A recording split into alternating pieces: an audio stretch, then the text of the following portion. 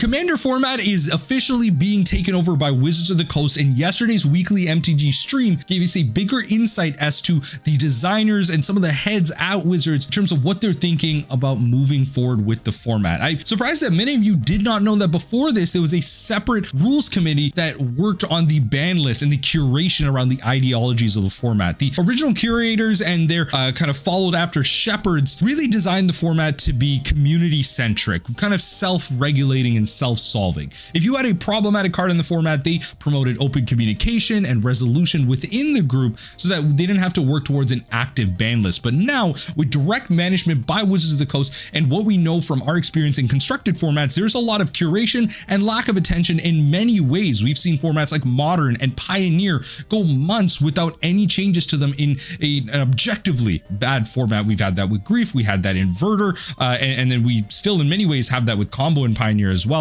And so with those ideologies now being shifted into EDH and a lot more eyes on it, I think it's going to be really interesting to go over some of the summary points that we have from the weekly MTG stream and just go over what we can look forward to in the format. Because now that it's being managed by Wizards in a ban list perspective, we can see a lot of similarities to that from constructed. And as a constructed and EDH player, I'm not really looking forward to it that well. I had a lot of scars, you know, so many years of playing Modern and so many years of playing Magic has taught me that Wizards of the Coast is very data driven in many ways, but for EDH, there isn't necessarily concrete data to grab. It's a casual format at best, but this also is a big avenue for CEDH to potentially become a more recognized, valued format and maybe get a separate ban list. And that's a discussion to have later. So let's hop right into the summary on our Reddit thread and talk about it. So these are all the kind of points. Let's kind of talk through them. So we all, WOTC and the rules committee, reached this conclusion together. So this is the big thing. There's been a lot of speculation about, like,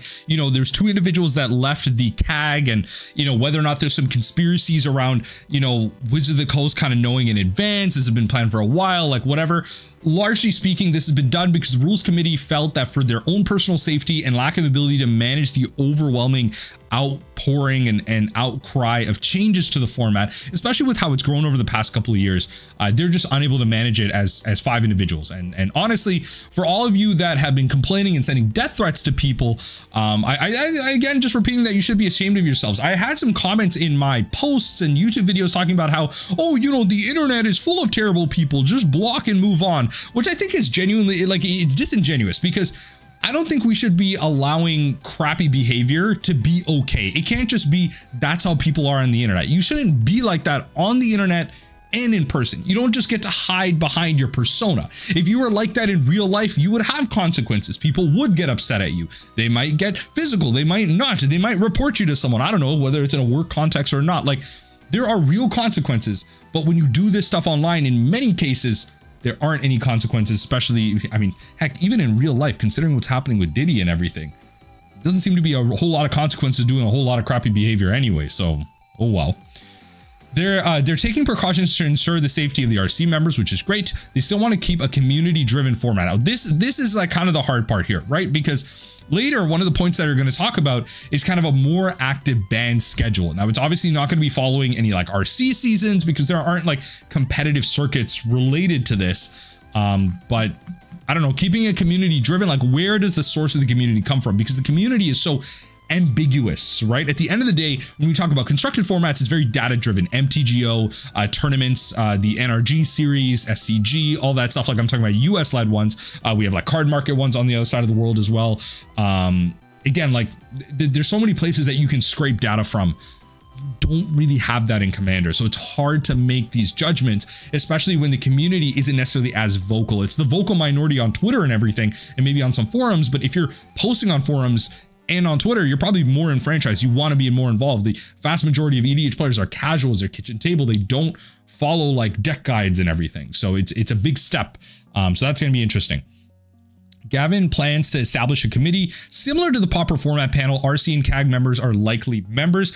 So From what I remember, I don't believe it was like he plans to establish a similar format similar to this. Like, I guess like this is already established, like it is kind of what the CAG is. And they're kind of trying to decide if, you know, like if they're going to be private members or they're going to be, you know, public members. I believe they're going to give people choices. And so honestly, I will speak to the fact that the Pauper format panel has been largely successful. Gavin is just one of the best like front-facing members of the Magic the Gathering community related to Wizards of the Coast. Genuinely one of the best members of the community, and genuinely one of the people that has helped this game like survive and prosper. I will shout Gavin's praise from there, especially from his co-management and collaborative management of the Pauper format with the other individuals on the PFP. Pauper is just one of those formats that, just due to, you know, elitism and lack of support of, you know, kind of high-level tournaments, we don't see Pauper like kind of succeed. If we had a Pauper Grand Prix, MagicCon, whatever it might be, with Pauper as the main event, I think we'd really start to see this format thrive. And Europe is a big place for Paupergeddon and bigger Pauper events. It's just really hard to see why this wouldn't be successful in a North American context, or in maybe a South American context, or you know, in an East Asia context, like in other regions. Like I think a format like this is very popular. If you give people prizes, if you give people a reason to play the format, they will play it. Pauper genuinely has some of the best gameplay out there with some of Magic's most powerful cards, and just to be able to manage something like that and such a large scale is really great to see out of the format panel. So I'm excited to see if its implementation is successful, because Gavin's implementation has a lot of communication forward aspects to it. He makes whole videos and separate articles talking about why certain cards were banned in Pauper, in addition to the regular Wizards of the Coast ban and restricted announcement, which is great. That's a lot of resources. That's a lot of communication, and the Pauper players really love that. And maybe to get that for Commander would be a real big boost to the community, and a great central place for that. So Aaron addresses the worries about profit-driven actions. So this is one piece I really wanted to highlight here. I'm also here for the love of the game, like the rules committee. Yes, Hasbro wants things. Yes, my bosses wants things. I have a lot of freedom to do what I think is best. Our goal is to make things last forever. Keeping the community happy is our way to make money. Okay, so just kind of relating that, yes, things are going to be profit driven, because in order to create cards and create sets and make more things for EDH, you have to have profits behind them. You have to pay people. Now, there is something to be said about too much money. There is a thing of too much money. Yes, we should be paying people, but when executives are getting paid hundreds of thousands of dollars and just people are looking to make money on the stock market, whereas the average person maybe designing the game of Magic the Gathering isn't getting paid fairly for that, and is the kind of punching bag of just kind of losers on Twitter, just constantly yelling at them, that's where the kind of divide is. So yes, I think we should be spending money on Magic the Gathering. There should be things that cost money, and there should be things we pay for. But again, there comes too much where, you know, that's where people have their problems with late stage capitalism and all that stuff.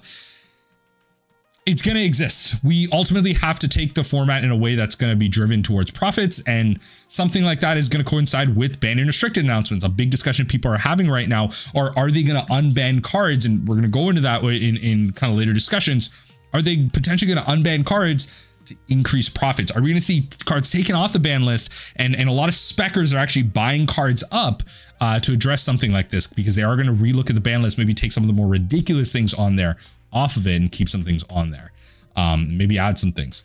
They want to wait until the panel is established to talk about ban lists, which is good. We should have a kind of group discussion, have people from various aspects of the community, various parts of it, to come together with a wide opinion base to really inform the bans, because we can't just have people that always play Commander at this certain place. We have to have people that sometimes play Commander and play Commander with only this group and that group. And like, it has to be like the folks that play Commander in the command zone are very different than the folks that play Commander that just like stream it, right? Like a couple of the streams that I've been on with other creators, like the base that they're playing with is going to be very different than the base that's being played with and even viewed by maybe something like the command zone. So, you know, you can't just have like the tippy top people informing this.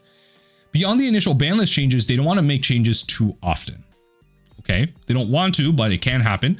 Quarterly ban list updates similar to the RC. It won't follow BNR of the other formats. Okay, so I think the regular updates are good. Having a separate article kind of built around this panel is going to be good. Communication is key, especially when a lot of people are going to, you know, they're going to be kind of flinching. There's going to have these initial, you know, kind of takes and reactions. There's going to be a lot of updates to be seen.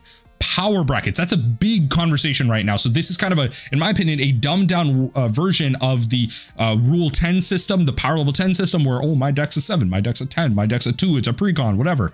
So power brackets, where you kind of create power brackets where your deck is like a 1 bracket because you have a bunch of cards in it that is a 1 bracket, but then you might have a card in it that's a 3 bracket, but it's designed to be a 1 bracket deck. Is that okay? So like, it's kind of just a way to have conversations. So tier 1 is like swords, tier 2 is Thalia, tier 3 is Dranet Magistrate. So swords is something that's very accessible. So the bracket 1 is like kind of low stakes cards that most people are going to be playing. Thalia, a bit more taxy, not super bad. Dranet Magistrate prevents you from casting your commanders, so definitely more spiky. Armageddon just feels bad, you know, kind of really resets the game. Maybe one person has a bunch of mana rocks out, no one else does. You wipe the lands, all of a sudden only one person has a bunch of mana. So definitely more salty cards.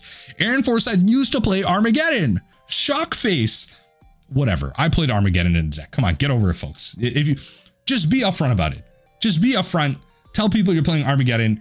People can play around it, or they can build decks around it and be prepared for it. Like, it's, come on. Don't pub stomp people with it. Just be open and honest that you're playing something like that, and people can play around it.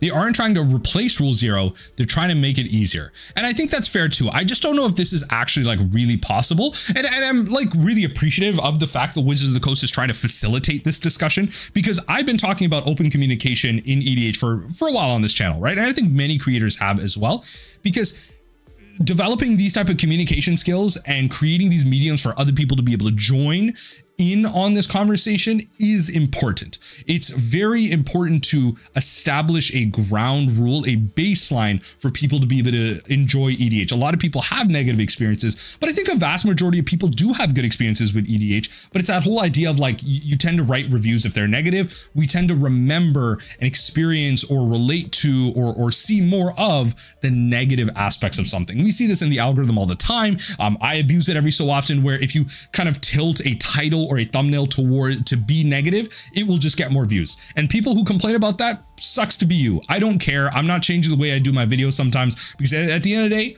I'm a creator. I need to get views out there. I'm trying to grow. It will happen. I will skew videos to be negative. If you don't want them to be negative, a lot of times I don't make them such.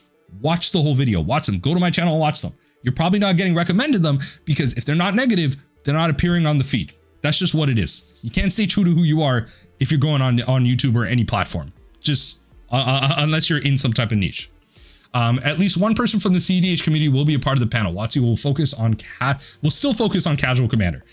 This is a big one, because I think this is important to note, so that the CEDH players are having their voices heard, because CEDH now again has a bigger avenue to be a more recognized format. CEDH is a subsect of EDH. That's one thing I always like to remind people. It is not a separate format. It is an example of how Rule 0 really succeeds in Commander. CEDH is the uniformity of everyone playing it, agreeing on a set bunch of rules in their Rule 0 conversation without having to have much discussion around it. Everyone wants to win. We play to win. We play the best cards, blah, blah, blah. We still want the EDH experience, but with the idea that everyone is looking to win, not just cast chaos cards and just do things for the sake of doing things. They're doing things for the sake of winning.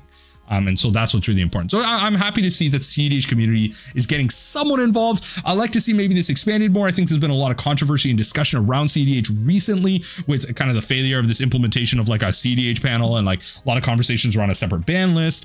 I'd be interested to see kind of where this gets taken. No separate ban list. Brackets will already do that job, which is good. I don't think we need, I don't think we need a separate ban list per se, but I think it can get there. I don't think this is a you know, kind of be all end all statement. I think there's a world where it gets there. I think if you want it to be community driven, you will facilitate a world where there could be a quote unquote separate ban list. There are CEDH tournaments being held. In many ways, the LGS has their own ban list, their own rules, like whatever it might be. There is a facilitation within the community to do so. So saying no separate ban list feels like it's kind of counterintuitive to be community driven, because the CEDH community does want something. They do want to play in a certain way. They will probably follow the EDH ban list, but they probably want a couple more changes as well. Aaron, 4th bracket will be cards that you will rarely see in precons. Fair enough, right? Like Soul Ring will not be a 4th bracket card, but like Demonic Tutor will be. Just saying. I was recently listening to like the MTG Goldfish podcast, and Seth was talking about how some people will just like randomly play Demonic Tutor and they won't realize it's a casual card. I don't think that's a fair thing to say, because like I think a lot of people like, and this is, you know what, this is also the fault of, this is the designers and creators like me not doing a good job of educating people in the fact that the original design of EDH was meant to not have tutors. It was meant to be inconsistent. It was meant to be wild and wacky. Tutors and fetches and things like that create a level of consistency that tries to mirror constructed that is not of the original design of EDH. Now, having that done in CEDH is a whole different discussion, because that is a rule zero conversation that wants to allow that. But if you're playing Demonic Tutor in your casual deck, it's not a casual deck anymore. Like, I'm just saying, you're having more tutors makes your deck less casual, way less casual, exponentially, based on the amount of tutors you have in it. Now, of course, a conversation can be had around the evolution of the EDH format and where it is now, and how even Sheldon was talking about last year in his 2023 article about how they are in the mature stages of EDH, and they are in the mature stages of its development, how maybe the control of EDH, its format in totality by Wizards of the Coast was an inevitable thing. And a lot of people, I tend to agree with that statement, that eventually it would have been taken over by EDH, because especially with like no changes over the past couple of years, I'm not surprised that with this ban announcement, people weren't more outraged, because it just feels like the format has just spiked in popularity over the past couple of years, especially with Commander Horizons. And with that, more people are speaking, more people are mad, more people are getting their opinions in. And so, of course, there has been a larger outcry around a change, especially with the lack of changes for so long, which again could be a good thing. But yeah, so the Soul Ring isn't going anywhere. Soul Ring is still bracket 0 to be set. So it's kind of below 1, which is kind of interesting. Fast mana, and the whole conversation around this one's interesting. The idea of like identity of the format, and you know, we see this all the time in Legacy. Like, people bring up all the time, like, is it time to finally ban Daze? Is it time to finally ban Brainstorm? You know, y'all ain't ready for that conversation type of thing. Like what are the cards holding that back? Just because we've identified, like, you know, like poster child of the format, identity of the format. And I say this as a modern player who's, you know, kind of the key staples of the format has really changed. The identity format of the format has been warped and changed over time, power crept and ebbed and flowed. Like, it's so, you know, fluid, the identity of modern, that it's not just Tarmogoyf, it's not Liliana's, it's not Lightning Bolt and Thoughtseize and all this stuff. It's not Twin. We're past that. In many ways, some of those cards still succeed. In many ways, it's crazy to think that Lightning Bolt has still never been usurped after all this time. Oh, Lightning Bolt is still one of the most played cards in Modern, which I think is a big success towards one of the original, which is kind of telling, actually, I should say, out of the original Boon cycle, where Ancestral drew 3 cards. There was the white one that gained you 3 life, Dark Ritual gained you 3 mana, Lightning Bolt dealt 3 damage. The fact that Lightning Bolt is still played to this time is the fact that it was part of that original cycle. The original power that was unbalanced in Magic the Gathering, Dark Ritual is still, or Lightning Bolt is still around because of that. It can't be usurped, because it would be usurping that. It's why Dark Ritual isn't usurped at its cost for its rate. The white one is, yeah, white shouldn't be focused around life gain anymore. Giant Growth giving you +3/+3 is kind of like a standard thing, and Ancestral will never be matched. Ancestral will never be matched. I believe, in my personal opinion, Ancestral is better than Black Lotus, but my personal take. Point system similar to Canadian Highlander is too complex and competitive for casual Commander. Correct. This should be kept separately. The point system is too much to take care of. People can cheat and do all that. Like, it's too much. It's too much. It's too hard to like keep track of for the casual player. Don't bother. Brawl and Arena is already separate decks in 4 categories. What does this mean? Brawl and Arena already? I don't play Brawl. Just, it's fine. I have a couple of friends that make content on Brawl. That's fair. I give it a watch every so often. Give it a like. It's fun. I just don't play Brawl. I don't know. Jewel Lotus, Arcane Signet, Dockside were mistakes. Cards that were banned or banned recently are the kinds of cards that we wouldn't want to make today. They want to reduce ubiquitousness. going forward. Okay, none of this mentions the fact that these cards could stay banned or could potentially be unbanned. That is the big thing I want you to take away from this. They could be unbanned. Will they be unbanned? Likely not, because they're clearly addressing these to be mistakes. Arcane Signet is mentioned specifically because it is a uniform card that belongs in every commander deck. There's almost no commander deck that I can think of that would not want to play Arcane Signet as a mana fixing piece. Maybe like a mono red deck. But again, the uniformity of a card like this at such a low cost, and especially now universally being in like many precons, it's surprising that for them to admit Arcane Signet is a mistake, especially with the amount of precons that it's in. Dockside is definitely a mistake. Jewel Lotus is definitely a mistake. It's interesting to see where this design goes. I'm not sure if I believe them that they want to reduce ubiquitousness, because it's kind of like how big bombastic cards like this sell sets. It gets people excited. It gets the casuals in to want to grab a copy and all that stuff. And for the enfranchised player, they will definitely be more, you know, more apprehensive to be able to get products like this and buy cards like this. They would definitely want to proxy it more. And so, you know, things like that can get kind of edgy. Like I think of this in comparison to something like Overwatch for all my Overwatch players out there. By the way, I'm a gold scrub, so just get that out of the way immediately. But when it comes to something like that, when new heroes get released, Blizzard and Team 4 designing Overwatch has talked about they've had multiple spikes in player bases returning when new heroes return. That is a big time when people come back, they play the game, they're excited. And so I kind of bring, I kind of attest that similar to something like Jewel Lotus being released, where it brings a lot of excitement, good or bad, around a card. So big splashy cards like this are really exciting for people that get a lot of people stirring, like, is this EDH viable? Is this, you know, the next big staple in green or whatever it might be? Cards like that do sell sets. They sell product. So reducing ubiquitousness, I think like they want to reduce the uniformity of cards, but that doesn't mean these staples shouldn't belong in certain colors and everything. Like I think we will still see cards like Dockside, but less so like Arcane Signet and Jewel Lotus, because the colorless cards are like a lot harder to balance in that sense. Especially in a format like 100 card where you can like ramp and build out into some of these cards. Colorless really gets like exacerbated because it can be played again in any color. And you could balance them now. They're doing that a lot more now with colorless cards, just by like, they'll say it's colorless, they'll create an artifact, but they'll add like a color to it. There'll be like one blue pib, one green pib, one red pib, whatever it is, but it's still an artifact. It's still technically a colorless card, but now with the colored source, it isn't colorless, but they may add devoid to it and all that stuff. Like there's ways to balance, is what I'm saying. But they have to be more careful with the colorless cards in that sense. They're discussing implementing more digital tools. You enter your deck list and it tells you your bracket. This one is going to take a while.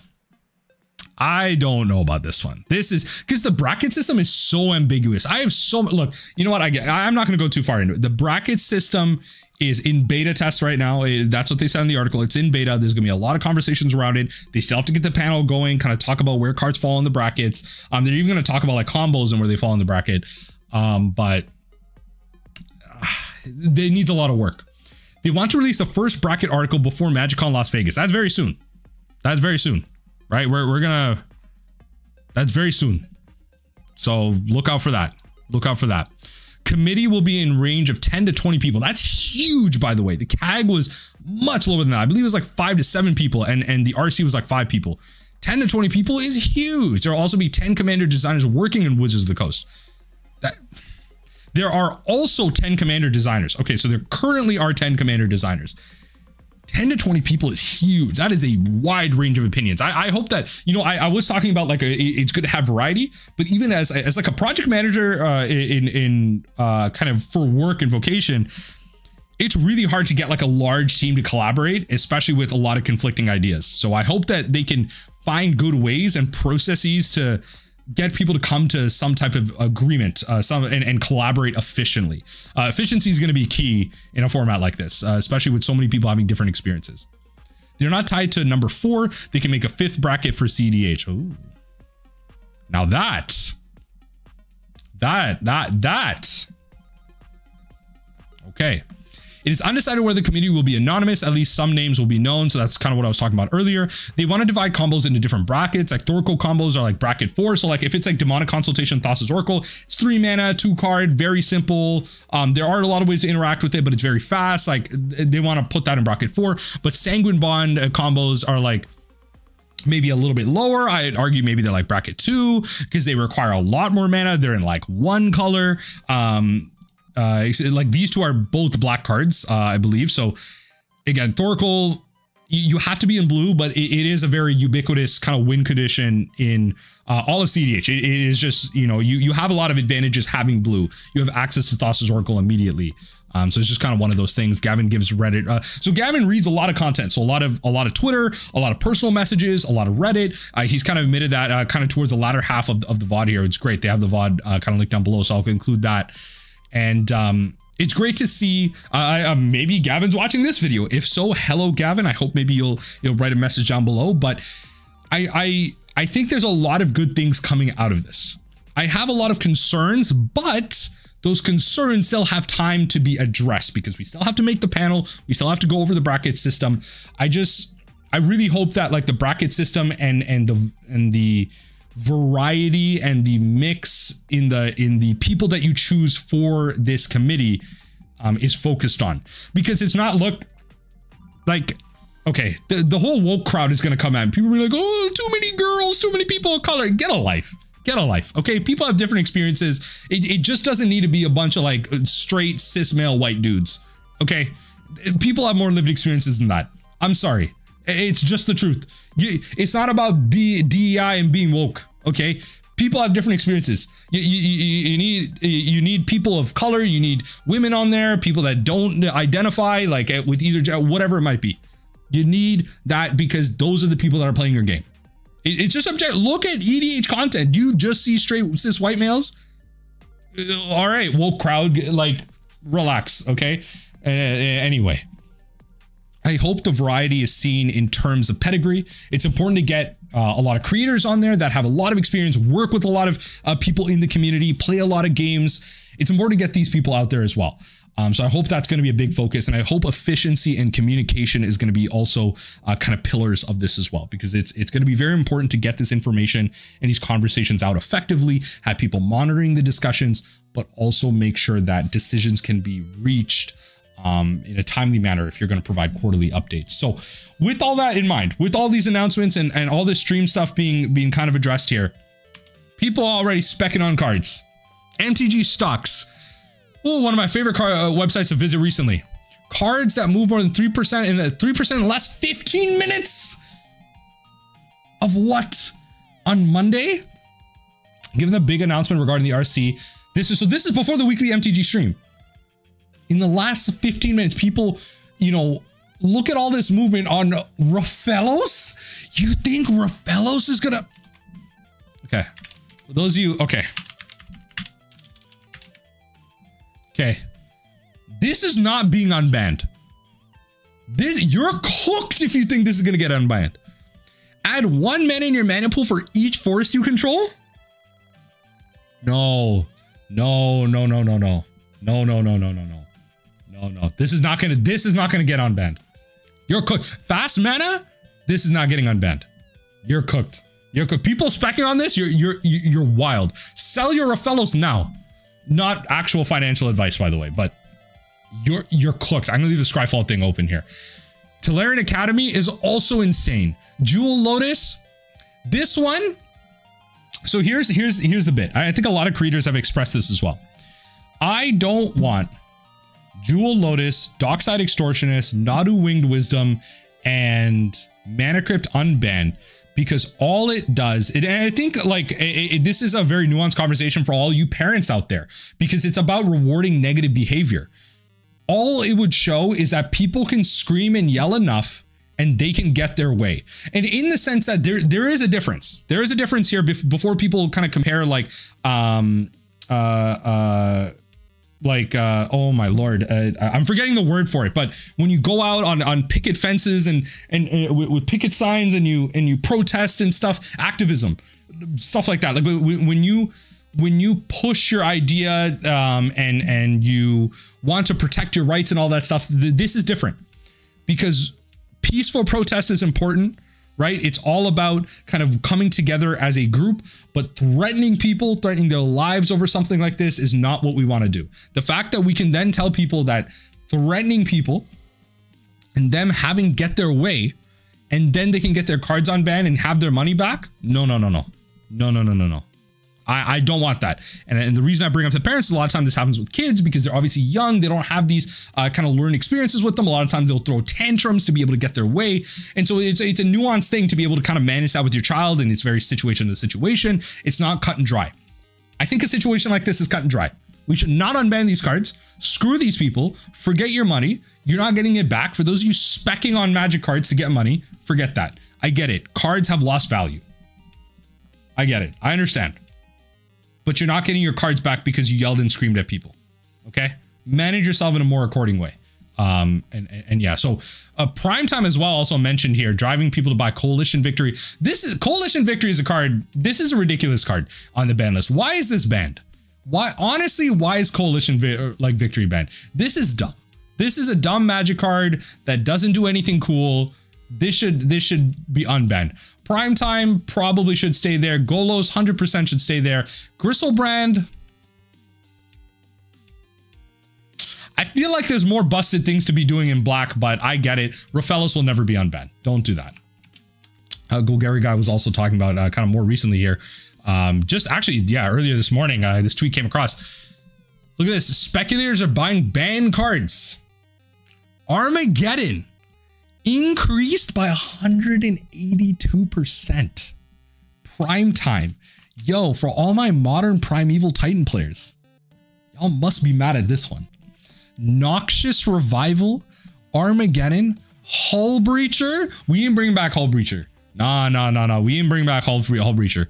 Lethal Arsonist, Funeral Room, Primeval Titan here. Are these actually brand cards? These are just other cards, aren't there? Wait, what is Gleeful Arsonist? Gleeful. Okay, this is just, okay. That's just something else. Yeah, I was like, what is that? These are just standard things. Yeah. Oh, okay. Yeah. This is just like an EDH staple. Okay, yeah. Okay. Well, yeah, these aren't getting unbanned. Okay. Yeah, so that's where I wanted to ultimately leave the video off. I think there's a lot of fun things happening in terms of changes to Commander. It's always fun to make videos like this, even though I do want to try and focus on maybe more constructed content. I mean, if you're going to give it to me, if you're going to pass it my way, it's really interesting to see where things will go. I'm excited for the development of the panel, especially if it's going to be something similar to the Pauper format panel, which I view as something very successful. And I'm excited to see where the Commander format goes under this management. I have a lot of cautious optimism. I think Wizards can't beat the allegations anymore about, just being Commander being for profit. At some point, Wizards can't beat the allegations anymore. And they kind of half addressed it here. Aaron Forsythe half addressed it. So that's something that I think is inevitable. We can't beat that. You can speak with your wallets when it comes to stuff like this. Don't buy the Commander product. Support your local game store, which is buying the product, and buy singles, right? Buy your products if you need them, if you need the cards in them, but if you don't need them, don't fall prey to it. FOMO is fake. Okay, a lot of times, especially with secret layers, these are just special editions of cards. You don't need them. Yes, they may print exclusive cards sometimes, but you don't need to fall for this if you don't need the cards. Just a lesson learned, folks.